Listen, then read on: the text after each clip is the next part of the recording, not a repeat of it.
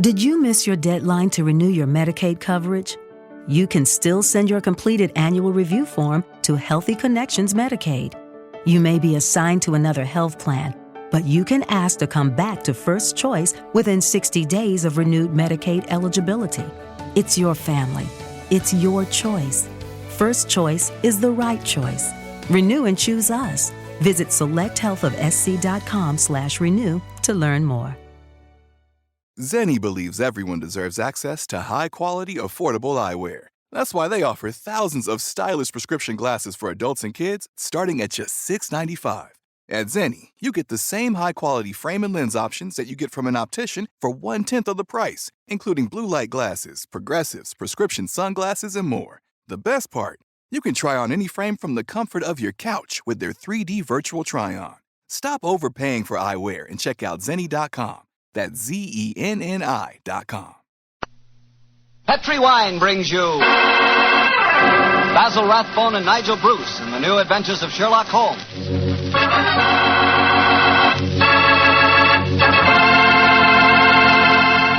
The Petri family, the family that took time to bring you good wine, invites you to listen to Dr. Watson tell another exciting adventure he shared with his old friend at Master Detective Sherlock Holmes. Before he starts, I can tell you something that's really worth knowing. Simply this. The best beginning a good meal ever had is a glass of Petri California Sherry. Petri Sherry is the perfect before-dinner wine. While you're waiting for dinner to be put on the table, pour yourself a glass of that clear, amber-colored Petri Sherry. Now just sit back and sip it slowly. Take your time so you can thoroughly enjoy every single drop of that wonderful Petri flavor. And what a flavor that sherry has. It comes right from the sun-ripened heart of wonderful California grapes. You may be a real wine expert and know all about sherry wine, but believe me, until you've tried a Petri sherry, you're really missing something. Serve Petri sherry alone or serve it with canapes or appetizers. And by all means, serve it proudly. You can because the letters Petri spell the proudest name in the history of American wines. Petri.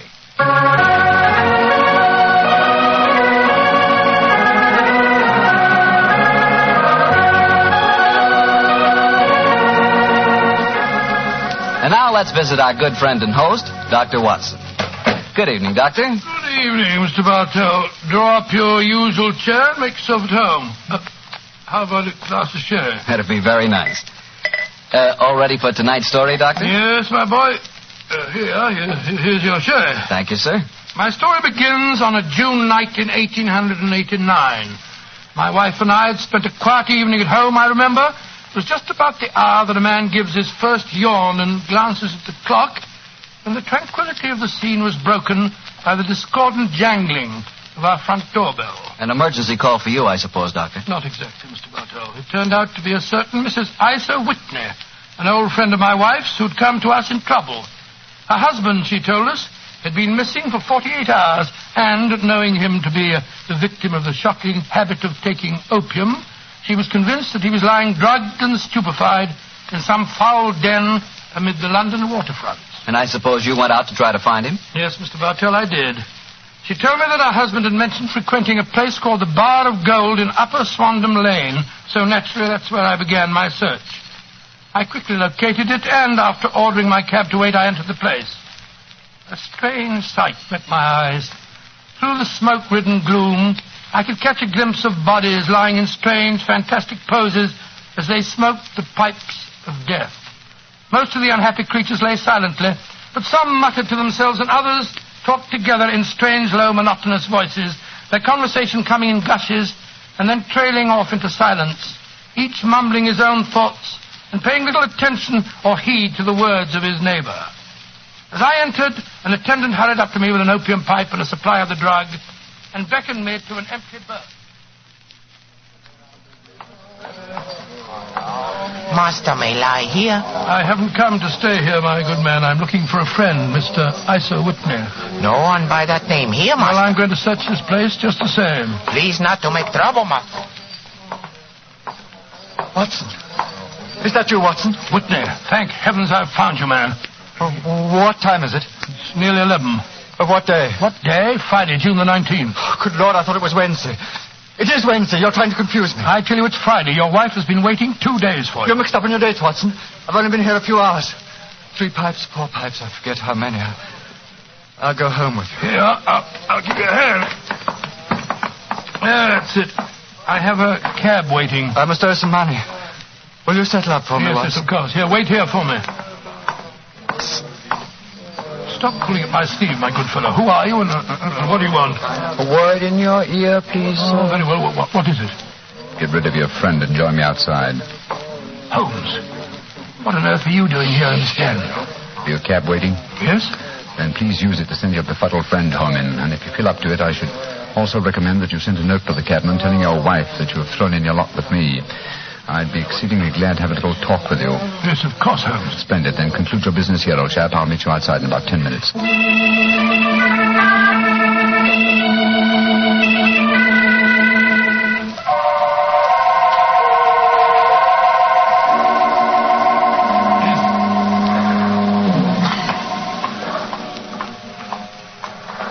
Where on earth is he? It's nearly... Is that you, Holmes?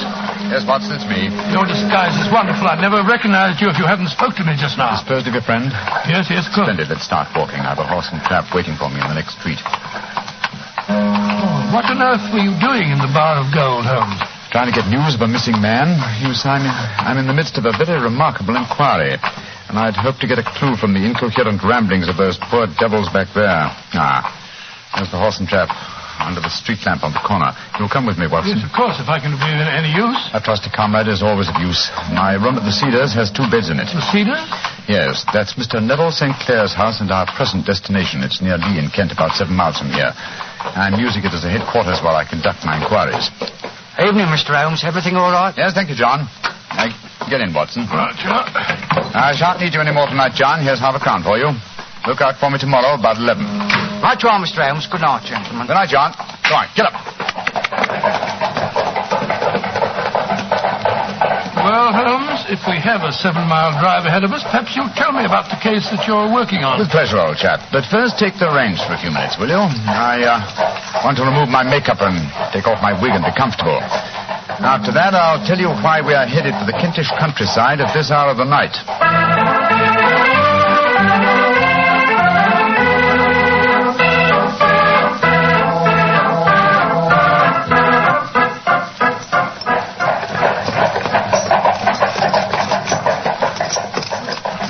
Watson, you have a grand gift of silence. It makes you invaluable as a companion. We've driven 4 miles and you haven't uttered a word. It wasn't easy, Holmes. I've been dying to question you, but I could see that you were preoccupied. Then I shall reward you with a clear and concise statement of my problem. Mr. Neville St. Clair, aged 37, the father of 2 children and an affectionate husband, is missing. He left his house at the Cedars near Lee, our present destination, last Monday. 4 days ago, eh? Yes. Now, why should an affectionate husband and a happy father disappear? Any money trouble? No, I think not. His entire debts, at the moment, amount to £88, while he has £220 standing to his credit at the Capital and Counties Bank. Who was the last person to see him on Monday? His wife. But let me tell you the story. He left his house for London rather earlier than usual. He was a businessman, then? Yes, he has an interest in several companies in London, but his wife doesn't know exactly what he does. But to continue, he left for London saying that he would bring his little boy home a box of toy bricks. Now, by the merest chance, his wife received a telegram shortly after his departure saying that a parcel of considerable value was waiting for her at the offices of the Aberdeen Shipping Company. Aberdeen Shipping? Why, their offices are in Fresno Street. I drove by them tonight. Exactly, and Fresno Street branches out of Upper Swandam Lane, where the Bar of Gold is situated. Ah, now I'm beginning to understand. Go on, Holmes, go on. Mrs. St. Clair took a train for London, and at exactly 4:35 on Monday last, found herself walking past the Bar of Gold. Suddenly, she heard a cry, and looking up was horrified to see her husband beckoning to her from a second-story window. Great Scott, was he a prisoner, or was he there of his own free will, do you suppose? Undoubtedly, he was a prisoner. The window was open, and she distinctly saw his face. which he described as being terribly agitated. Really? He waved his hand to her frantically and then vanished from the window so suddenly that it seemed to her that he had been dragged back by some irresistible force from behind. Gracious me.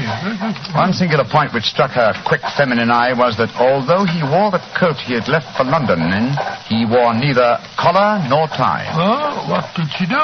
Rushed down the steps into the Bar of Gold and attempted to go up the staircase leading to the second floor. I suppose that Oriental fellow that I talked to tonight stopped her. Exactly. In fact, he pushed her out of the door and slammed it after her. She rushed down the lane and a few moments later was lucky enough to meet a sergeant and 2 constables. She took them back with her to the Bar of Gold, of course. Yes. They went with her to the room in which Neville St. Clair had last been seen. Of course, there was no sign of him. In fact, on the whole floor, there was no one to be found except a hideous, deformed beggar who seemed to live there. From what Mrs. St. Clair told me, it appears that the sergeant conducted the examination quite intelligently. You saw your husband at this window, Mrs. Sinclair? I'm positive, Sergeant. And Alaska swears no one's been upstairs this afternoon. Well, he's probably lying. But let's see what this cripple fellow has to say for himself. Here, you. What do you want with me? I ain't done nothing. Now, you heard what this lady said. Did you see her husband go in this room a few minutes ago? I didn't see nobody, and I've been here all the afternoon. You live here? Yes. And you swear on oath that no one's been in this room for the last few hours? Yes, I do. Mrs. Sinclair, I know that you think you saw your husband, but don't you suppose... Look on the table. Just a wooden box, ma'am. But I know what's inside it. There, see? Oh, it's a lot of wooden bricks like kids play. My husband came to London today especially to buy them for our sons. You can't disbelieve me now, Sergeant. Don't think I can, ma'am. I'll take another look round. Where does this door lead to? My bedroom. You won't find nothing in there. Oh, we'll look just the same. Hello. There's bloodstains on this window ledge. Fresh bloodstains. How'd you account for that? Well, I don't know nothing about it. And the window overlooks the river, just where the water's good and deep, too. Nice place to tip a body out. Here, come here, you. Yeah, I ain't done nothing. You've got bloodstains on your right sleeve. What do you got to say about that? Well, I cut my finger, see? And then I went and opened the window later. That's how the blood got there. Did you think I was born yesterday? Let's have a look in this chest of drawers. Hello. Hello, whose clothes are these? Pair of trousers, socks, shoes, hat, everything except the coat, eh? Mrs. Sinclair, will you come in here, please, Mum? What have you found, Sergeant? These clothes. Are they your husband's, Mum? Yes, they are. What's happened to him, Sergeant? I'm afraid he's met with foul play, Mum. And this man knows what happened, only he won't talk. I don't know nothing, I tell you. No, don't you? Well, I arrest you in the name of the law, and I warn you that anything you say... And so, Watson, the sergeant arrested this crippled beggar. No, I'm not surprised. What have they been able to find out about him? Surprisingly little. His name is Hugh Boone. And he's a professional beggar, quite a successful one, I gather. His pathetic appearance attracts great sympathy. There's a shock of orange hair and a pale face that is disfigured by a horrible scar which has twisted the outer edge of his upper lip. And he was the last man to see Neville St. Clair alive, eh? So it would seem. The Lascar downstairs has been cross-examined relentlessly, but he swears that he has no knowledge of the crime. Have there been any further development? Oh, yes, old chap. Yes, indeed there have. The ebbing tide gave a fresh clue. You mean St. Clair's body was washed out? No, his coat. What? With every pocket stuffed with pennies and halfpennies. 421 pennies and 270 halfpennies, to be exact. There's no wonder that it had not been swept away by the tide. But a human body was a different matter. Yes, there's a strong eddy between the house and the wharf. It seems likely that the weighted coat had remained when the stripped body had been carried away into the river. Well, the other clothes were found in the room. Why would the body be dressed in a coat alone? We can only surmise, old chap, but supposing that this man Boone had thrust Neville St. Clair through the window and into the river, what would he do then? Try and dispose of the telltale garments. Yes, that would be logical, wouldn't it? He would seize the coat and be in the act of throwing it out of the window when it would occur to him that it would float and not sink. So he loaded the pockets with coins to make it sink. Quite so. Of course. But he has little time, for he has heard the scuffle downstairs when Mrs. St. Clair tried to force her way up. He only succeeded in getting as far as throwing the coat out when the police arrived on the scene. Well, that seems perfectly feasible. Well, it'll do as a working hypothesis anyway. Neville St. Clair disappeared on Monday, and yet we still don't know what he was doing in the opium den. What happened to him when he got there, or where he is now? Oh, what Hugh Boone, the beggar with a twisted lip, had to do with his disappearance. Now, Here we are at our destination. Well, there's a light burning. Mrs. Sinclair must be waiting up for you. Yes, poor woman. I hate to return here with no news of her husband, but she's being brave, Watson, extremely brave. We must do everything we can to comfort her.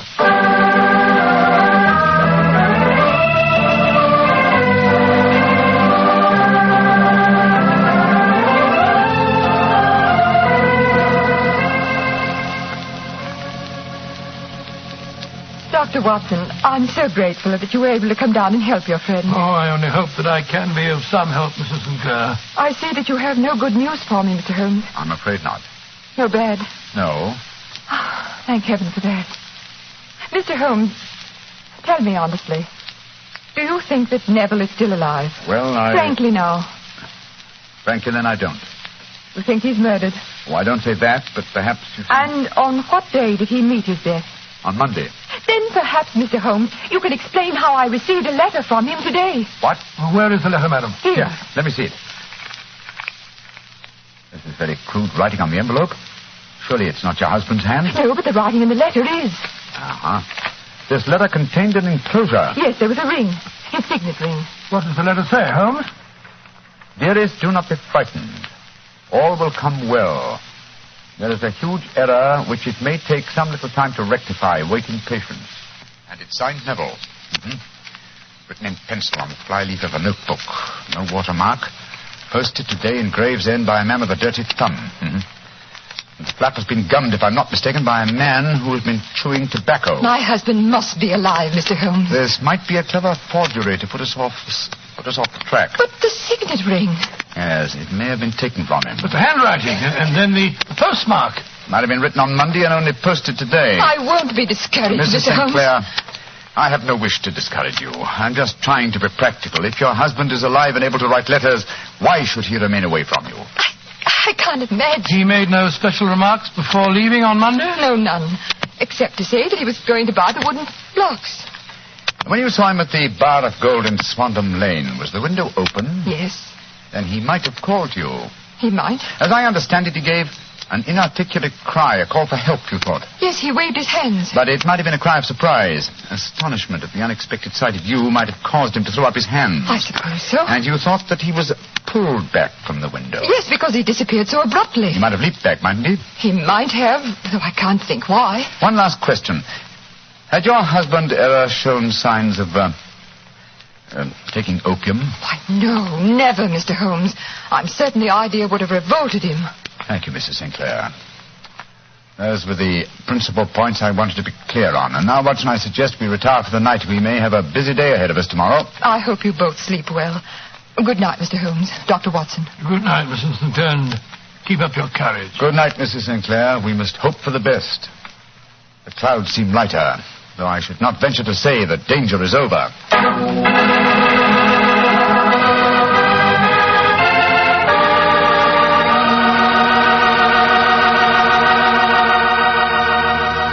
You'll hear the rest of Dr. Watson's story in just a second.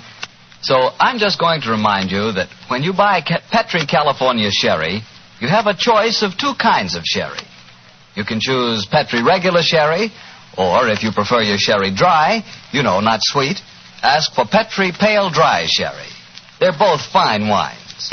And if you don't know which you'd prefer, don't buy one, buy two. Buy them both and try them both. And remember this. Petri sherry is the perfect all-round, all-occasion wine. It's good before dinner, after dinner, at cocktail time, and any time.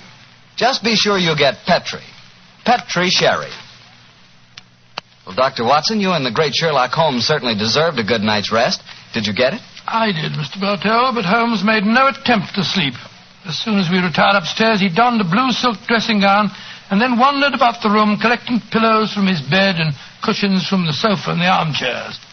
With these, he constructed a sort of eastern divan on which he perched himself cross-legged with an ounce of shag tobacco and a box of matches laid out in front of him. He was all set for a session of thinking, I guess, huh? Yes, my boy. In the dim light of the lamp, I saw him sitting there, an old briar pipe clenched in his teeth, his eyes fixed vacantly on a corner of the ceiling, the blue smoke curling up from him, silent, motionless, So he sat as I dropped off to sleep, and so he sat when I wakened in the morning to find the summer sun shining into the room. The pipe was still between his lips, the smoke still curled upward, and the room was full of a dense tobacco haze. But nothing remained of the heap of shag which I had seen on the previous night. Watson? Awake, Watson? What time is it? 20 minutes past 4. Lord Holmes, you haven't been to bed. True, old chap, I had to think. I couldn't allow my brain the luxury of sleeping. You game for a morning drive? Yes, certainly. I'll get rest. Good. No one's stirring yet, but I know where the stable boy sleeps. I'll have the horse and trap up in no time at all. Oh, where are we going? To prison. To visit Hugh Boone, the man with the twisted lip. Holmes, you're unusually excited. What's on your mind? I want to test a little theory. I think, Watson, that you are now standing in the presence of one of the most absolute fools in Europe. I deserve to be kicked from here to Charing Cross, but I think I have the key to the affair now. Oh, where is it? In the bathroom. What? You're joking, Holmes. No, I've just been there and removed it. It's in my coat pocket now. Hurry and get dressed, old chap. Then we'll drive over to the prison and see whether my key fits the lock.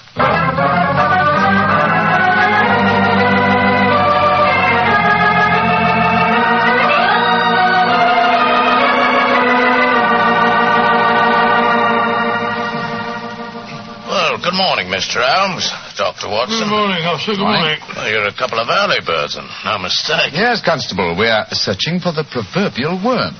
Who's on duty? Inspector Bradstreet, sir. Oh, here he is now. Good morning, Bradstreet. Oh, hello, Mr. Holmes. Good morning, Doctor.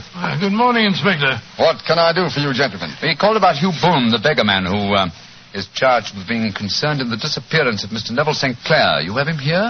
Yes, Mr. Holmes. He's in the cells. I'll take you to him. Follow me, will you, gentlemen? Thank you. Well, what kind of a prisoner has he been, Inspector? Oh, he hasn't given us any trouble, but he's a dirty devil. It's as much as we can do to make him wash his hands. His face is as black as a tinker's. So he has an aversion to washing, has he? Yes, Mr. Holmes. Well, once his case has been settled, he'll have a regular prison bath, and when you see him, I think you'll agree with me that he needs it. Well, here we are. This is his cell. He's still asleep. Good Lord, what a filthy, repulsive-looking fellow. Yes, he's a beauty, isn't he? Want to go in, Mr. Holmes? Please, Inspector.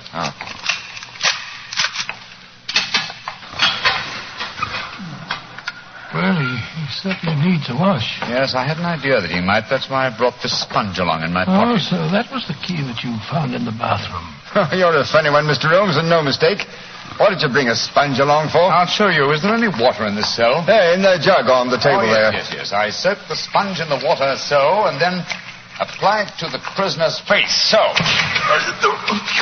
Great Scott, his complexion's 3 shades lighter underneath, and the scar on his lip has disappeared. What are you doing to me? Now a tug on this mop of red hair, and I think we'll find it's a wig. Yes, come on. That's right. Let me introduce you to Mr. Neville St. Clair of Lee in the county of Kent. Good Lord, Mr. Holmes, it's the missing man, all right. I recognize him from the photographs. All right. I'm Neville St. Clair. What am I charged with? With making away with Mr. Neville St. Oh, no, you can't be charged with that unless we make a case of attempted suicide of it. Well, since I'm the missing man, then it's obvious that no crime has been committed, and therefore I'm illegally detained. No crime, but a very great error has been committed. You would have done better to have trusted your wife. It wasn't only my wife, it was the children. I couldn't bear to have them know that their father was a common beggar. Now you've exposed me. What can I do? Well, if you leave it to a court of law to clear this matter up, sir, you can hardly avoid newspaper publicity. But if you're perfectly honest with us now, I'm sure that the inspector and Mr. Holmes won't be too hard on you. No, Mr. St. Clair. Inspector Bradstreet will, I'm sure, make notes on the information that you give us and submit them to the proper authorities. But now, sir, your story, please. Why have you been posing as Hugh Boone, a crippled beggar with a twisted lip? Well, it's a simple enough story. Some years ago, I was a newspaper reporter. One day, my editor wanted an article on begging in the London metropolis. I suppose you thought the best way to get your facts was to disguise yourself as a beggar. Yes, I'd been an actor in my youth, and it wasn't hard for me to adopt a convincing disguise. But that was the point where all my trouble started. On that first day I sat in the London streets, I found to my amazement that I received no less than 26 shillings and fourpence. Almost as much as your weekly salary as a reporter, I imagine. Yes, Mr. Holmes. Well, you can imagine how hard it was to settle down to arduous work at £2 a week when I knew that I could earn as much in a couple of days by smearing my face with paint, laying my cap on the ground, and sitting still. Only one man knew my secret. The Lascar at the Bar of Gold in Upper Swandam Lane, eh? Yes, Mr. Holmes. Mm-hmm. Every morning I would emerge from there dressed as a beggar, and in the evenings I'd return and transform myself into a well-dressed man about town. The fellow was well paid for his rooms, and I knew that my secret was safe in his possession. And when you got married, you couldn't bring yourself to confide in your wife, I suppose. No, I couldn't. My wife knew that I had a business in the city. She little knew what. When you saw your wife from the window last Monday, you quickly changed back into the character of the beggar, I suppose. Yes, Mr. Holmes. Of course. And then weighted my coat and threw it into the river. Mm-hmm. Well, I don't think there's anything else I need explain, is there, gentlemen? One point. The signet ring that you sent your wife. Well, I knew that she'd be worrying. So I gave it to the Lascar at a moment when no constable was watching me, together with a hastily scribbled note. That note only reached her last night, Mr. Sinclair. Last night? Oh, poor Catherine. What a dreadful week she must have spent. The police have been watching that Lascar. He probably found it difficult to post the letter for you without being spotted. Yes, I would surmise he gave it to a sailor customer of his to post. A sailor who chewed tobacco and had a dirty thumb. Yes, I think all the ends are tied off very neatly now. One last question, Mr. Sinclair. Have you ever been prosecuted for begging? Oh, many times, but what was a fine to me? It's got to stop here and now, Mr. Sinclair. If the police had asked this thing up, there must be no more of you, Boone, the beggar. I swear it. And you must tell your wife the truth at once. If you'd done that a long time ago, you'd have saved both of yourselves a very great deal of misery, sir. I shall tell her everything. Well, Mr. Holmes, we're very much obliged to you for having cleared this matter up. I wish I knew how you reached your results, though. Well, in this case, my dear Inspector, I reached them by sitting upon 5 pillows and consuming an ounce of shag tobacco. I only wish that all my problems might be solved so comfortably.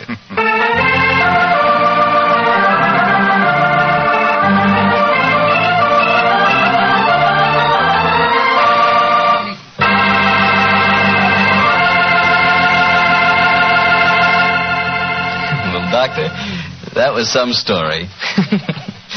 Imagine arresting a man for committing a murder and then finding out that he's the fellow who's supposed to be dead. It is a bit bewildering, isn't it? You said it. Boy, being a detective sure has its surprises. Nothing like that ever happens to me. Oh, come. One would believe to hear you talk that you lead a very uneventful life. Oh, but I do, Doctor, I do. Why, I never get any surprises.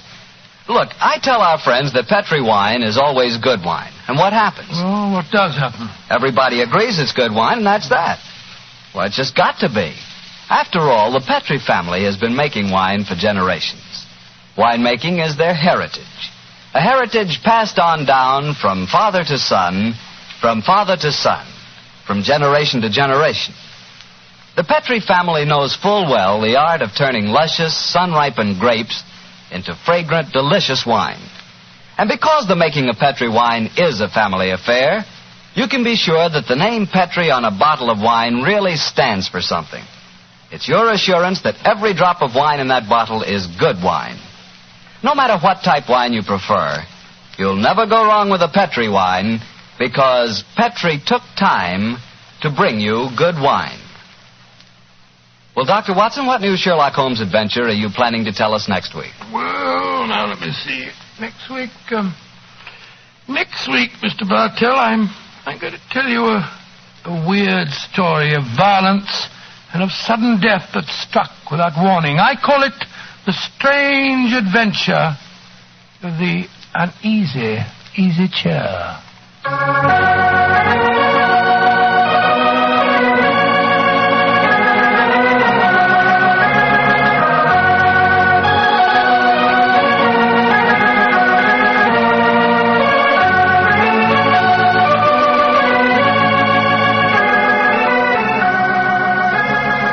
Tonight's Sherlock Holmes adventure was adapted by Dennis Green and Anthony Boucher from Sir Arthur Conan Doyle's story, The Man with the Twisted Lip. Music is by Dean Fossler. Mr. Rathbone appears through the courtesy of Metro-Goldwyn-Mayer, and Mr. Bruce through the courtesy of Universal Pictures, where they are now starring in the Sherlock Holmes series.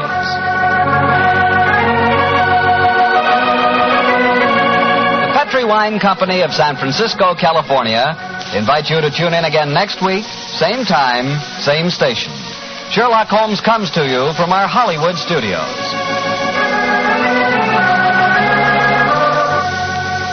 This is Harry Bartell saying goodnight for the Petri family. Okay, round two. Name something that's not boring. A laundry? Ooh, a book club. Computer solitaire, huh? Ah, sorry, we were looking for Chumba Casino. That's right, ChumbaCasino.com has over 100 casino-style games. Join today and play for free for your chance to redeem some serious prizes.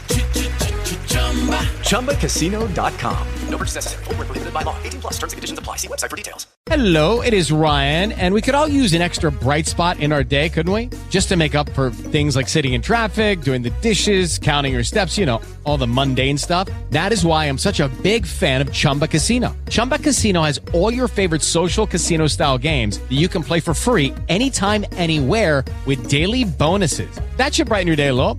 Actually, a lot. So sign up now at ChumbaCasino.com. That's ChumbaCasino.com. No purchase necessary. VGW Group. Void where prohibited by law. See terms and conditions. 18+.